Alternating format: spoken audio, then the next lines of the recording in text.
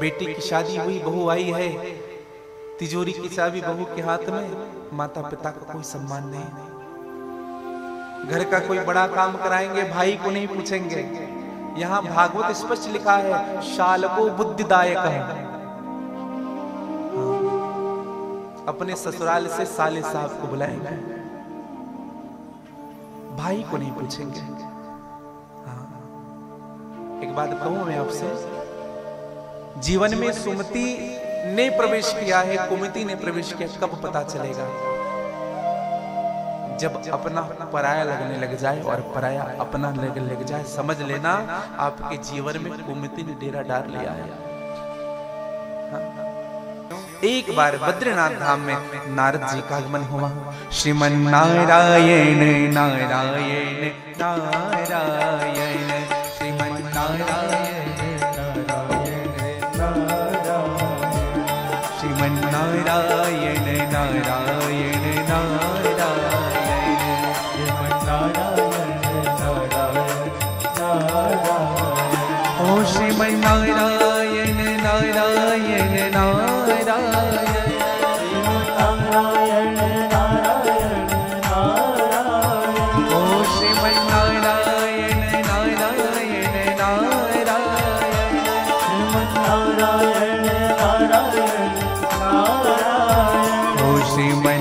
नारायण नारायण, नारायण नारायण नारायण, ओ लक्ष्मी नारायण नारायण नारायण,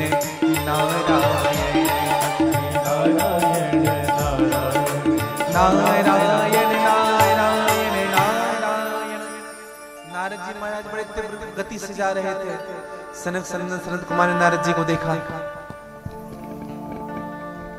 कथा यहां से प्रारंभ होती है। जब नारद जी को देखा तो नारद जी बड़े दुखी हैं। सनत कुमार ने कहा कि महाराज क्या हो गया, इतने दुखी क्यों हो?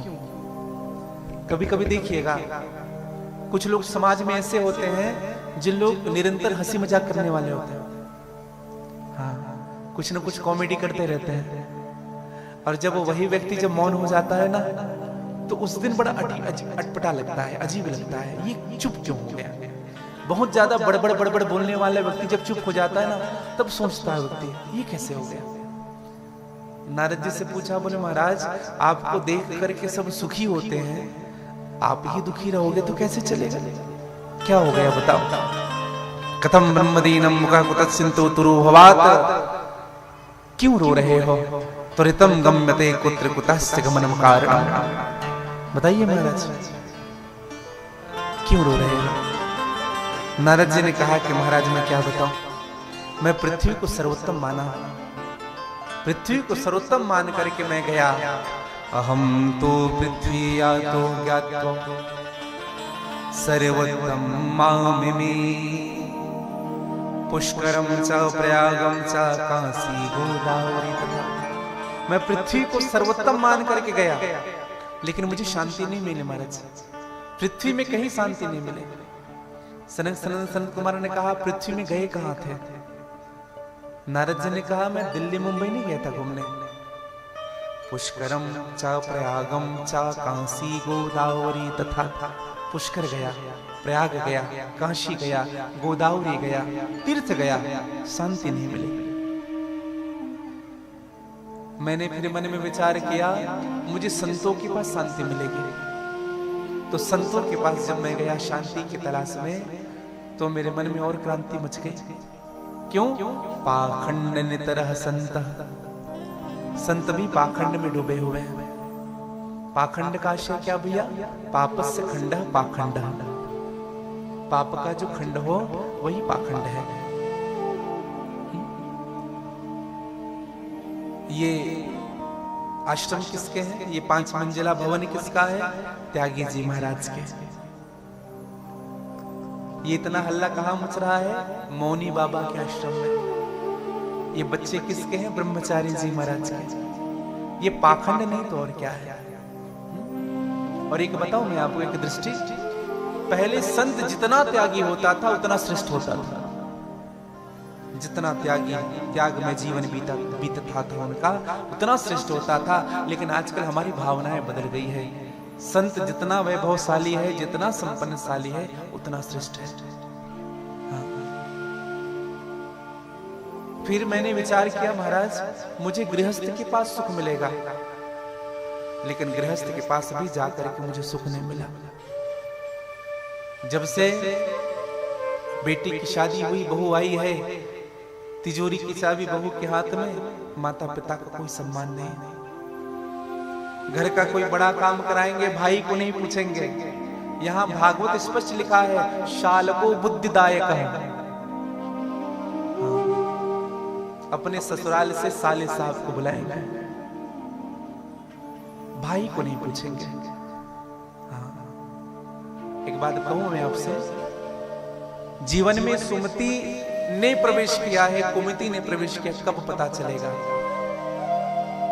जब अपना पराया लगने लग जाए और पराया अपना लगने लग जाए, समझ लेना आपके जीवन में कुमति ने डेरा डाल लिया है। हाँ?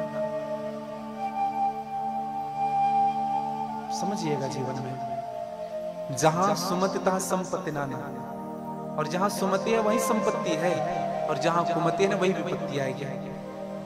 तापुर कुमति बसी विपरीता, हित अनहित मानहु विपरीता। आपका हित चाहने वाला आपको दुश्मन लगेगा, और आपका हित चाहने वाला आपको प्यारा लगेगा।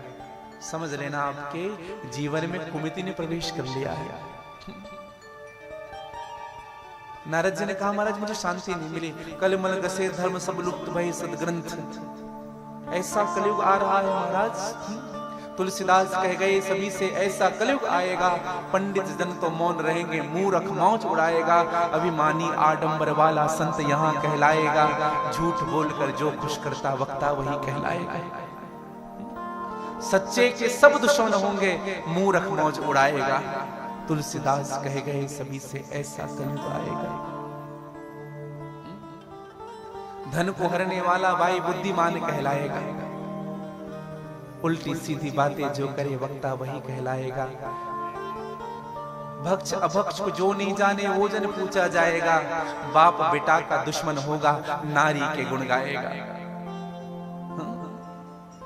वीर तो मौन रहेंगे भैया, ये कलयुग का प्रमाण है। जटाजूट रखने वाला तपसी यहाँ कहलाएगा। भक्ष अभक्ष को जो नहीं जाने वो जन पूजा जाएगा, तुलसी दर के छोड़ के मानव मदिरा पान कराएगा। तुलसीदास कह गए सभी से, ऐसा कलयुग आएगा। ऐसा ही दशा होगी इस कलयुग में। नारद जी बड़े व्यथित हो गए, कहा मैं कहां आ गया, मैं पृथ्वी को सृष्ट मान करके आया, मुझे शांति नहीं मिली। सनत कुमार से कहा, महाराज लेकिन मैंने एक अद्भुत घटना देखी। क्या अद्भुत घटना? जब मैं वृंदावन को आई, जब मैं वृंदावन में आया तो देखा क्या, एक स्त्री बैठ करके रो रही है, उनके अगल बगल दो बुजुर्ग पड़े हुए हैं मूर्छित अवस्था में। कुछ स्त्रियां पंखा जल रही है, कुछ जल सिंचित कर रही है। इच्छा तो हुआ जाकर के पूछा जाए, लेकिन स्त्री जाता है, थोड़ी थोड़ी बात में हंसने भी लगती है, थोड़ी थोड़ी बात में रोने भी लगती है, हिम्मत नहीं हो जाने की। लेकिन जब मैं वापस जब आने लगा, वहां नहीं गया, तब पीछे से आवाज आया, भो भो साधु छनम तिष्ठ। महाराज रुकिए, आप जैसे संत के दर्शन से तो ताप पाप संताप मिट जाते हैं महाराज, आप हमें छोड़ करके जा रहे हैं। नारद जी ने जाकर के पूछा, देवी तुम कौन हो तुम? और ये दो अगल बगल जो वृद्ध पड़े हैं वे कामिमाओं, ये दोनों कौन हो? वद देवी सविस्तारम समस्त दुख कारण, बताओ आपके दुख का कारण। हाथ जोड़ लिया, रोने लगे। नारद जी ने कहा कि बताओ देवी, रो मत, बताओ। हाथ जोड़ कर कहा कि महाराज मैं ही भक्ति हूं, और ये दो मेरे पुत्र हैं ज्ञान और वैराग्य। दक्षिण में मैं जन्म ली महाराज, कर्नाटक में मैं पली बढ़ी, महाराष्ट्र आदि प्रदेशों में मेरा खूब सम्मान हुआ। जैसे मैं वृंदावन को आई, ये दोनों मेरे पुत्र मूर्छित हो गए। मैं युवावस्था में हूँ, माँ युवान है और पुत्र अगर बीमार है, मूर्छित है, वृद्ध हो गए हैं, तो उस माँ के दुख को क्या कहोगे? मैं आपकी शरण में हूं महाराज, मेरे पुत्रों की जर्जर अवस्था दूर कर दीजिए। नारद जी ने कहा चिंता मत करो। नारद जी ने वेद पढ़े, पुराण पढ़े, शास्त्र पढ़े, कुछ क्षण के लिए तो चैतन्यता आई, फिर से मूर्छित हो गए। नारद जी ने हाथ जोड़कर एक प्रश्न किया, महाराज अब मैं आपकी शरणागत हूं, आप बताइए उनके ज्ञान और वैराग्य की मूर्छित अवस्था दूर कैसे होगी? क्या करना पड़ेगा? सनक सनंदन संत कुमार ने कहा तुम्हें सत्कर्म करना पड़ेगा। कैसा सत्कर्म महाराज? एक ही सत्कर्म है। क्या? सत्कर्म सूचको नूनम ज्ञान यज्ञ स्मृते बुधे श्रीमद्भागवतः रापा साधु गीता सुखादिभी। सत्कर्म कौन सा? श्रीमद्भागवत की कथा उनको सुना। हाँ, श्रीमद्भागवत की कथा। हम गृहस्थ हैं तो हमें श्रीमद्भागवत की कथा युगल रूप में सुननी चाहिए। पति पत्नी साथ बैठ करके कथा सुने। और श्रीमद् भागवत कथा श्रवण करने का नियम भी है, पत्नी दाहिने ओर बैठे।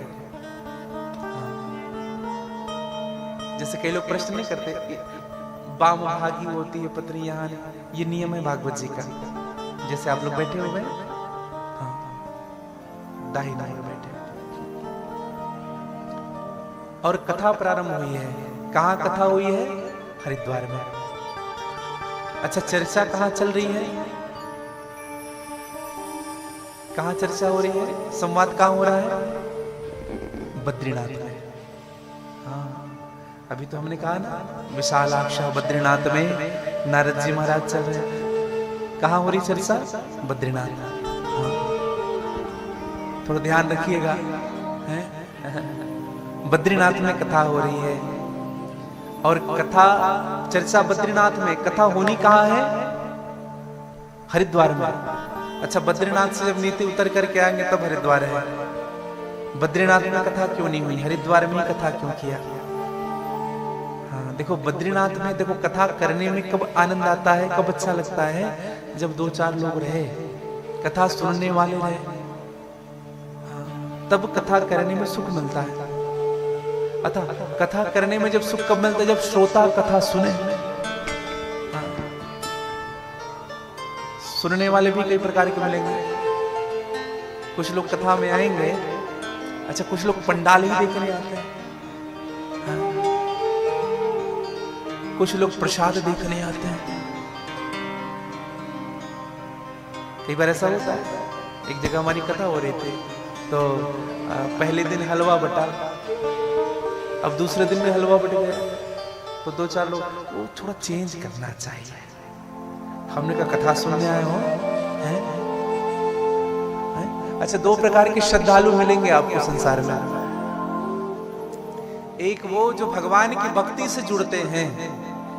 कई लोग वृंदावन जाते हैं, भगवान की भक्ति से जुड़ते हैं, राधा वल्लभ जाते हैं, अलग अलग प्रकार का व्यंजन मिल रहा है, मक्खन मिल रहा है, मलाई मिल रहा है, पूरी मिल रही है, पकवान मिल रहा है, इसलिए जा रहे हैं।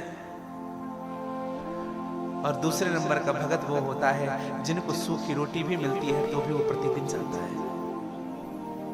आशय क्या है भैया? स्वादु कभी साधु नहीं बन सकता। हाँ, मुख का स्वाद पहले देखो।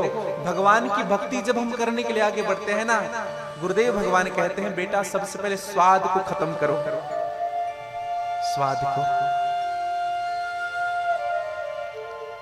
आपको एक निवेदन करें आप सबसे। विवेकानंद जी के गुरु थे रामकृष्ण परमहंस जी। वो खूब बढ़िया भोजन करते थे। अगर थोड़ी सी भी सब्जी में नमक कम हो जाए ना, तुरंत अपनी पत्नी को कहते थे, हाँ आज सब्जी ठीक नहीं बना, आज थोड़ा सा अचार भी देना था, हाँ आज थोड़ा पापड़ भी रख देते सामने, थोड़ा पापड़ बदल करके दो, वही पापड़ दे रहे हो। ये उनका नित्य का नियम था। एक दिन उनकी पत्नी ने कहा, अरे इतना स्वाद लेते हो आप, साधु नहीं हो सकते, समझिएगा। तो रामकृष्ण परमहंस जी ने कहा, जिस दिन मेरे मुख से स्वाद चला जाएगा उस दिन मैं भी इस दुनिया को छोड़ करके चला जाऊंगा।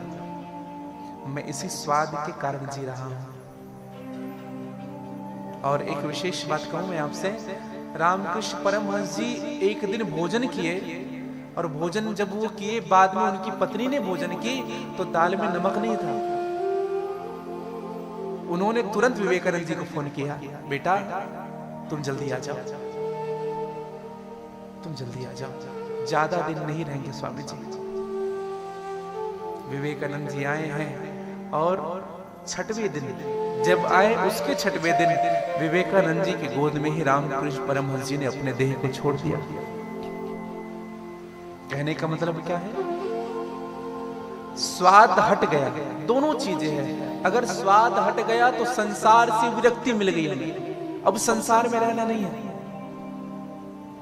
इसका देह छोड़ने का, मैं ये नहीं कह रहा कि हम देह छोड़ दे, स्वाद अगर नहीं है तो देह छोड़ दे, नहीं भैया, लेकिन अधिक आसक्त भी नहीं होना चाहिए। किसी किसी की आदत होती है, आज सुबह चाय नहीं मिला तो दिन भर परेशान। हाँ, कुछ लोग होते हैं वैसे, ये नहीं मिलेगा तो हम भोजन नहीं करेंगे, ये नहीं होगा तो हम ये नहीं करेंगे।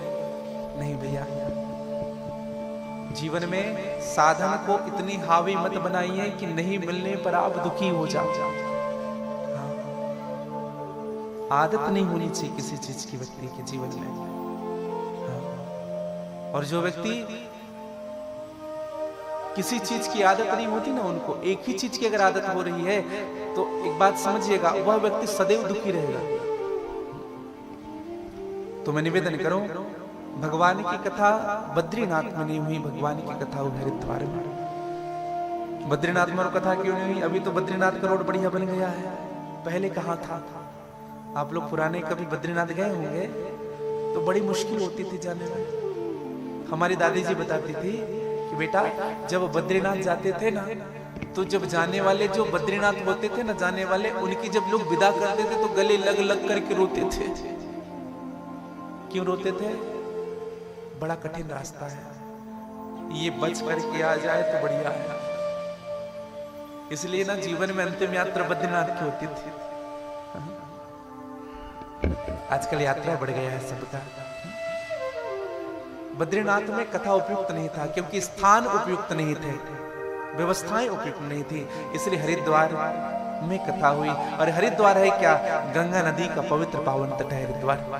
और गंगा कौन है? गंगा ही भक्ति है। राम भक्ति जहां सुरसरी धारा। और भक्ति के तट पे जब कथा होती है, समझिएगा कथा हर जगह होती है, हम सब कथा में निरंतर जाते रहते हैं। लेकिन एक निवेदन करूं, जिस परिवार में, जिस घर में भगवान को मानने वाले लोग रहते हैं, भगवान के प्रति श्रद्धा पूर्वक जो आचरण करने वाले जो लोग रहते हैं, वहां कथा करने का अलग सुख मिलता है। सत्य कहूं मैं आपसे, जो आपके ठाकुर का सम्मान करता है, जिनकी आंखों में भगवान के प्रति प्रेम नजर आती है, लोग आचरण की शुद्धता, वाणी में मधुरता, चलन में उदारता, भोजन में सात्विकता, दृष्टि में पवित्रता, वही भगवान होता है भैया। भगत, अच्छा भक्त होना भी कोई छोटी मोटी बात नहीं है भैया। भगवान की विशेष कृपा होती तब कोई भगत होता है। दुर्लभो मानुष देहानाम देहिनाम संभंगुरः, मनुष्य का शरीर मिल जाना अत्यंत दुर्लभ है, लेकिन कोई सत्संग सेवी परिवार में जन्म होना ये और दुर्लभ है। और सत्संग में रुचि होना ये तो और दुर्लभ है। सत्संग प्यारा लगने लग जाए। और आज कथा प्रारंभ हुई हरिद्वार में, तो नारद जी सन्मुख बैठे हैं, 3 आसन लगाया गया ज्ञान भक्ति और वैराग्य का। सन्मुख बैठे हैं सनक सन्नत संत कुमार जी।